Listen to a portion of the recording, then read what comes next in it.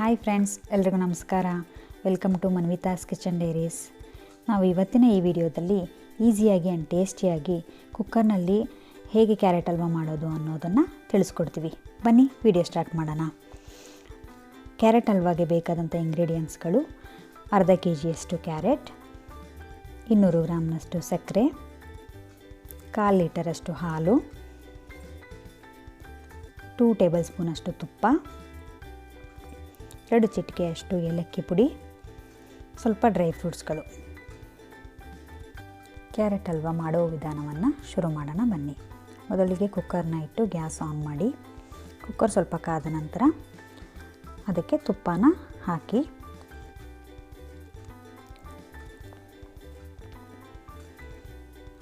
ನಾನಿಲ್ಲಿ 2 ಟೇಬಲ್ ಸ್ಪೂನಷ್ಟು ತುಪ್ಪನ ತೊಗೊಂಡಿದ್ದೀನಿ. ನಿಮಗೆ ಇನ್ನೂ ಜಾಸ್ತಿ ಬೇಕು ಅಂದರೆ ನೀವು ಆ್ಯಡ್ ಮಾಡ್ಕೋಬೋದು. ತುಪ್ಪ ಜಾಸ್ತಿ ಹಾಕೋದ್ರಿಂದ ಇನ್ನು ಹಲ್ವಾದ ಟೇಸ್ಟು ಇನ್ನೂ ತುಂಬ ಚೆನ್ನಾಗಿ ಬರುತ್ತೆ. ಇವಾಗ ನಾವು ತೊಗೊಂಡಿರೋ ಡ್ರೈ ಫ್ರೂಟ್ಸ್ಗಳನ್ನ ಹಾಕಿ ಫ್ರೈ ಮಾಡ್ಕೊಳ್ಳೋಣ. ಲೋ ಫ್ಲೇಮಲ್ಲೇ ಇಟ್ಕೊಳ್ಳಿ, ಇಲ್ಲಾಂದರೆ ಸೀದೋಗೋವಂಥ ಚಾನ್ಸಸ್ ಇರುತ್ತೆ. ಲೋ ಫ್ಲೇಮಲ್ಲೇ ಇಟ್ಕೊಂಡು ಫ್ರೈ ಮಾಡ್ಕೊಳ್ಳಿ.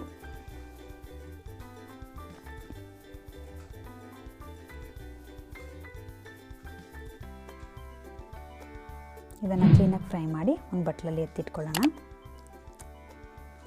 ಈ ಕಾದಿರೋವಂಥ ತುಪ್ಪಕ್ಕೆ ನಾವಿವಾಗ ತುರಿದಿಟ್ಕೊಂಡಿರೋವಂಥ ಅರ್ಧ kg ಕ್ಯಾರೆಟ್ನ ಸೇರಿಸ್ಕೊಳ್ಳೋಣ.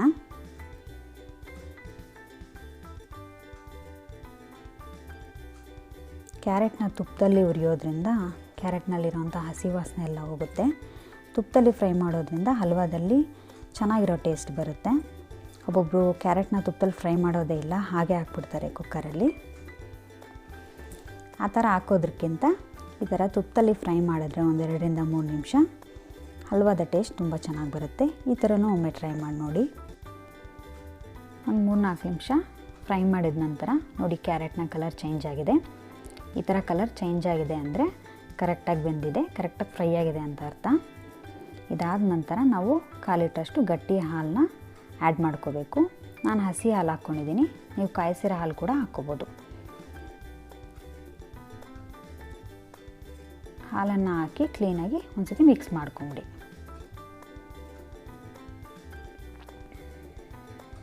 ಎಷ್ಟೊಂದು ಜನ ಕ್ಯಾರೆಟ್ ಹಲ್ವಾ ಮಾಡೋದು ತುಂಬ ಲಾಂಗ್ ಪ್ರೊಸೀಜರ್ ಅಂತ, ಕ್ಯಾರೆಟ್ ಹಲ್ವಾ ಮಾಡೋದು ಕಷ್ಟ ಅಂದ್ಕೊತಾರೆ. ಬಟ್ ಈ ರೀತಿ ಕುಕ್ಕರ್ನಲ್ಲಿ ಮಾಡ್ಕೊಳ್ಳೋದ್ರಿಂದ ನಿಮ್ಗೆ ಈಸಿಯಾಗಿ ಮಾಡ್ಕೋಬೋದು, ಟೇಸ್ಟಿಯಾಗಿಯೂ ಬರುತ್ತೆ ಮತ್ತು ಈಸಿಯಾಗಿಯೂ ಮಾಡ್ಕೋಬೋದು. ಮಕ್ಕಳು ಮನೇಲಿರೋರೆಲ್ಲ ತುಂಬ ಇಷ್ಟಪಡ್ತಾರೆ.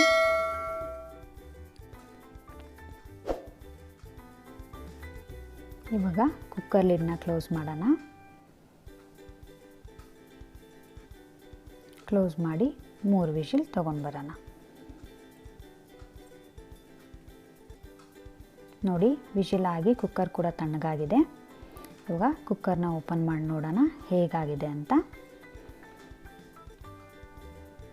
ವಾವ್, ನೋಡಿ ಎಷ್ಟು ಚೆನ್ನಾಗಿ ಬೆಂದಿದೆ ಅಂತ ನಿಮಗೆ ಕಾಣಿಸ್ತಾ ಇದೆ ಅಲ್ವಾ? ಕ್ಲೀನಾಗಿ ಬೆಂದಿದೆ.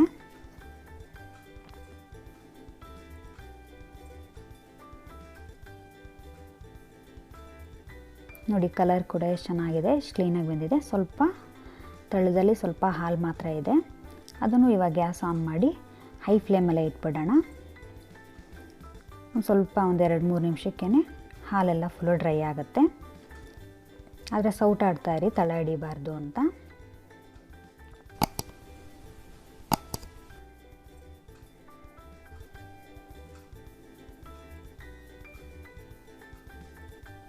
ಇದಕ್ಕೆ ನಾವಿವಾಗ 200 ಗ್ರಾಮ್ ಅಷ್ಟು ಸಕ್ಕರೆನ ತೊಗೊಂಡಿದ್ವಲ್ಲ, ಅದನ್ನು ಇವಾಗ ಆ್ಯಡ್ ಮಾಡೋಣ.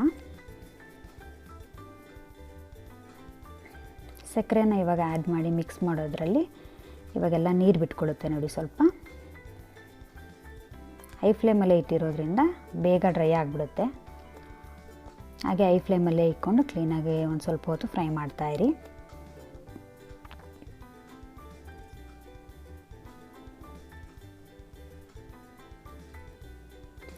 ಈ ಥರ ಒಂದು 5 ನಿಮಿಷ ಫ್ರೈ ಆಗ್ತಾ ಇರುವಾಗಲೇ ಸ್ವಲ್ಪ ಗಟ್ಟಿ ಆಗುತ್ತೆ. ಒಬ್ಬೊಬ್ಬರು ಇದಕ್ಕೆಲ್ಲ ಕೋವನ್ನೆಲ್ಲ ಆ್ಯಡ್ ಮಾಡ್ತಾರೆ, ಸ್ವಲ್ಪ ಸಾಫ್ಟಾಗಿ ಬರಲಿ ಅಂತ. ನಾವು ಇದರಲ್ಲಿ ಯಾವುದೇ ರೀತಿ ಕೋವನ್ನೆಲ್ಲ ಆ್ಯಡ್ ಮಾಡ್ತಾಯಿಲ್ಲ. ಆದರೂ ಕೂಡ ನೋಡಿ, ಕೊನೆಯಲ್ಲಿ ಹಲ್ವಾ ಎಷ್ಟು ಸಾಫ್ಟಾಗಿ ಬಂದಿರುತ್ತೆ ಅಂತ. ನೀವು ಒಮ್ಮೆ ಇದೇ ಥರ ಪ್ರೊಸೀಜರಲ್ಲಿ ಮಾಡಿ ನೋಡಿ,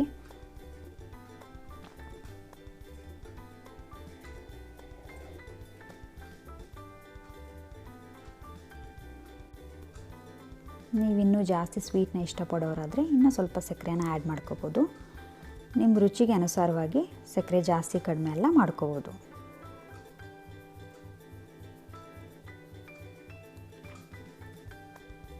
ನೋಡಿ ಇವಾಗ ಚೆನ್ನಾಗಿ ಒಳ್ಳೆ ಕನ್ಸಿಸ್ಟೆನ್ಸಿಗೆ ಬಂದಿದೆ. ನಾವು ಆವಾಗಲೇ ಫ್ರೈ ಮಾಡಿ ಇಟ್ಕೊಂಡಿರೋಂಥ ಡ್ರೈ ಫ್ರೂಟ್ಸ್ನ ಇವಾಗ ಆ್ಯಡ್ ಮಾಡ್ಕೊಳ್ಳೋಣ.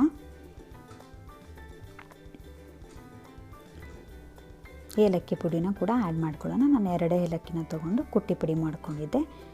ಇದನ್ನು ಆ್ಯಡ್ ಮಾಡೋದ್ರಿಂದ ಒಳ್ಳೆ ಫ್ಲೇವರ್ ಬರುತ್ತೆ. ಕ್ಲೀನಾಗಿ ಇದನ್ನು ಆ್ಯಡ್ ಮಾಡ್ಕೊಂಡು ಮಿಕ್ಸ್ ಮಾಡ್ಕೊಳ್ಳಿ.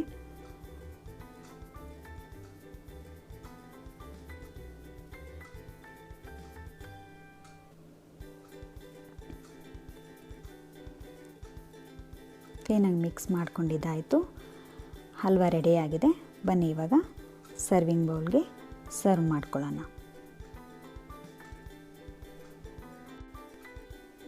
ವಾವ್, ನೋಡಿ ಎಷ್ಟು ಚೆನ್ನಾಗಾಗಿದೆ ಅಂದರೆ ಹಲ್ವಾ ಎಷ್ಟು ಸಾಫ್ಟಾಗಿದೆ. ನೋಡಿ ಎಷ್ಟು ಈಸಿಯಾಗಿ ಕುಕ್ಕರ್ನಲ್ಲಿ ಮಾಡಿದ್ದೀವಿ. ಕುಕ್ಕರ್ನಲ್ಲಿ ಮಾಡೋದ್ರಿಂದ ನಮ್ಮ ಗ್ಯಾಸ್ ಕೂಡ ಉಳಿತಾಯ ಆಗುತ್ತೆ, ನಮ್ಮ ಸಮಯ ಕೂಡ ಉಳಿತಾಯ ಆಗುತ್ತೆ. ಒಮ್ಮೆ ಆದರೂ ಕೂಡ ನೀವು ಕುಕ್ಕರ್ನಲ್ಲಿ ಟ್ರೈ ಮಾಡಿ. ಈ ವಿಡಿಯೋ ನಮ್ಮ ಚಾನಲ್ನ ಮೊದಲನೇ ಕುಕ್ಕಿಂಗ್ ವಿಡಿಯೋ ಆಗಿದೆ. ಇದೇ ರೀತಿ ಹಲವಾರು ಕುಕ್ಕಿಂಗ್ ವಿಡಿಯೋಸ್ನ ನಮ್ಮ ಚಾನಲ್ನಲ್ಲಿ ತಿಳಿಸ್ಕೊಡ್ತೀವಿ. ಸಪೋರ್ಟ್ ಮಾಡಿ ಫ್ರೆಂಡ್ಸ್. ಇವತ್ತಿನ ಈ ವಿಡಿಯೋ ನಿಮಗೆ ಇಷ್ಟ ಆದರೆ ಲೈಕ್ ಮಾಡಿ, ಶೇರ್ ಮಾಡಿ ಆ್ಯಂಡ್ ಸಬ್ಸ್ಕ್ರೈಬ್ ಮಾಡಿ. ಇಷ್ಟ ಆಗಿಲ್ಲ ಅಂದರೆ ಅಫ್ಕೋರ್ಸ್ ಡಿಸ್ಲೈಕ್ ಮಾಡಿ. Thank you for watching.